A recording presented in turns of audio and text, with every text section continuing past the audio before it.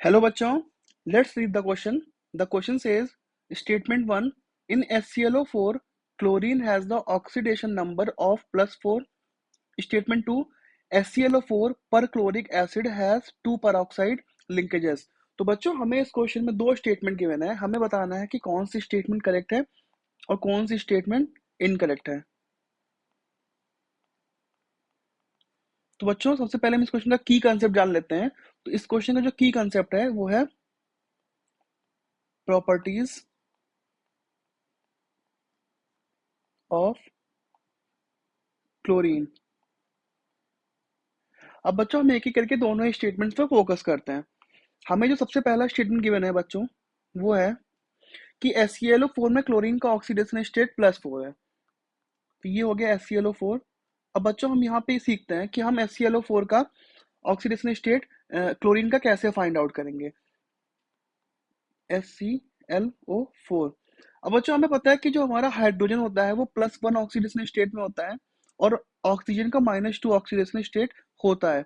हम सपोज कर लेते हैं यहाँ पे क्लोरीन का ऑक्सीडेशन स्टेट क्या है, X है। अब हम देखते हैं ऑक्सीडेशन स्टेट हम कैसे फाइंड करते हैं। तो हाइड्रोजन का ऑक्सीडेशन स्टेट +1 हो गया और यहाँ पे हाइड्रोजन की एक ही मॉलिक्यूल है या एक ही एटम है, तो यहाँ पे 1 हो गया। प्लस क्लोरीन का एक ही एटम है और हमने क्लोरीन का ऑक्सीडेशन स्टेट को X सपोज किया है बच्चों।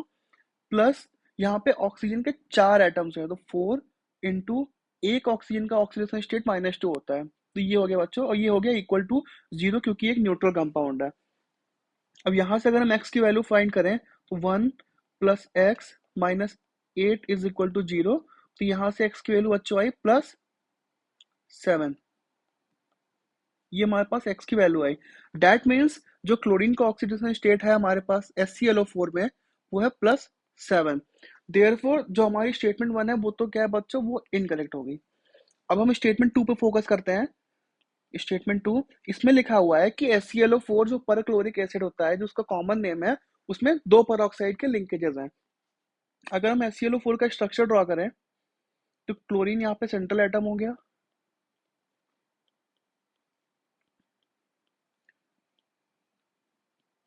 ये होता है बच्चों HClO4 का स्ट्रक्चर। और पर ऑक्साइड लिंकेज का मतलब क्या होता है बच्चों, पर ऑक्साइड लिंकेज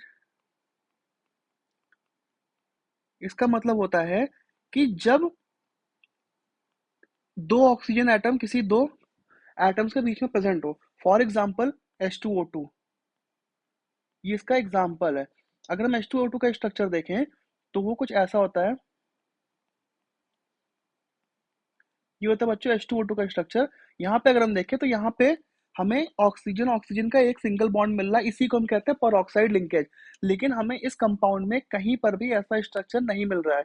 यहाँ पे डबल बॉन्ड O है, यहाँ पे डबल बॉन्ड O है, यहाँ डबल बॉन्ड O है, और यहाँ पे जो बॉन्ड है उसमें एक तरफ क्लोरीन से अटैच है ऑक्सीजन और एक तरफ हाइड्रोजन से अटैच है, तो ये परऑक्साइड लिंकेज नहीं है। तो यहाँ पर जीरो परऑक्साइड लिंकेज है, जीरो परऑक्साइड लिंकेज।